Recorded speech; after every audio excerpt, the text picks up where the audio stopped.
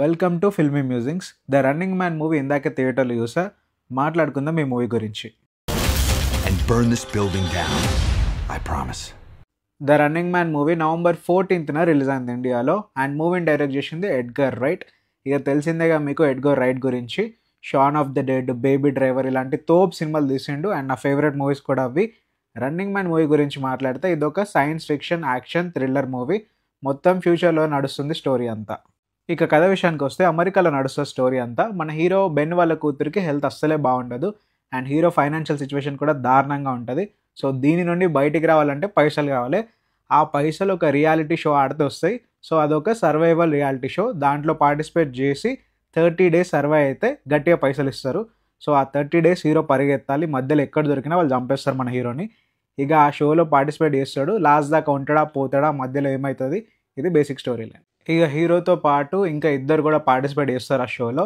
And survival game show start అయిన day 1 నుండే మనకు ఆ థ్రిల్లింగ్ ఎక్స్పీరియన్స్ మస్తు అనిపిస్తుంది. కొంతమంది ఏమో హెల్ప్ చేస్తారు వీళ్ళకి, కొంతమంది ఏమో హీరోయిన్ పట్టేయాలని చూస్తారు. ఇవన్నీ మంచిగా చూపించిండు మూవీలో. అండ్ ఆ షో కండక్ట్ చేసిన ఓనర్ వాడి టీఆర్పీ కోసం హీరోని నెగిటివ్గా చూపిస్తాడు. హీరోగాడు వేస్ట్ చేయడు, వీని చంపాలన్నట్టు.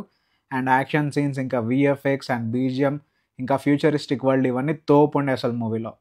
ఇక ప్రీ క్లైమాక్స్ అండ్ క్లైమాక్స్ అయితే నెక్స్ట్ లెవెల్ అనిపించింది. వన్స్ డే 1 స్టార్ట్ అయ్యాక మూవీ ఎక్కడ ఆగదు, ఫాస్ట్గా వెళ్తుంది, టైమే తెలియదు మనకి. అంత బాగుండే movie. Performances wise Glen Powell మన హీరో సూపర్ యాక్టింగ్ చేసిండు. మస్తు అనిపించింది ఆయన యాక్టింగ్ అయితే.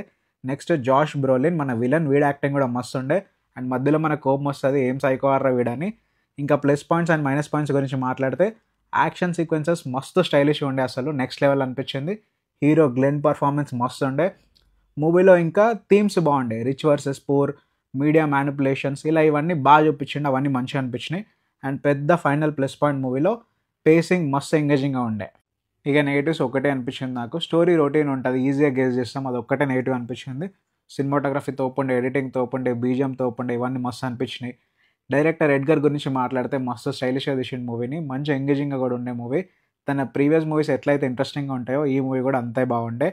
నా ఫైనల్ వర్డిక్, నాకైతే తోపు అనిపించింది మూవీ. సూపర్ యాక్షన్ థ్రిల్లర్, అసలు సర్వైవల్ డ్రామాని అయితే మస్తు చూపించాలి మూవీలో. మీకు హంగర్ గేమ్స్, స్నో పియర్సర్, ఇంకా స్క్విడ్ గేమ్ లాంటి సర్వైవల్ డ్రామాస్ నచ్చితే ఈ మూవీని అస్సలు మిస్ అవ్వకండి, మస్తు అనిపిస్తుంది. థియేటర్స్కి వెళ్ళి చూడండి.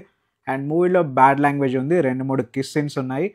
అండ్ న్యూడ్ సీన్స్ కూడా ఉన్నాయి, బట్ వాటిని మన ఇండియన్ సెన్సార్ బ్లర్ చేసింది. సో న్యూడ్ సీన్స్ ఏం కనబడవు మనకి. సో ఇది నా రివ్యూ ఆఫ్ రన్నింగ్ మ్యాన్. కిరాక్ ఉండే మూవీ. ఇన్ కేస్ మీరు చూస్తే మీకు ఎలా అనిపించిందో కామెంట్స్లో రాయండి. ఇంకో రివ్యూతో మళ్ళీ కలుద్దాం. And please subscribe to filmy musings.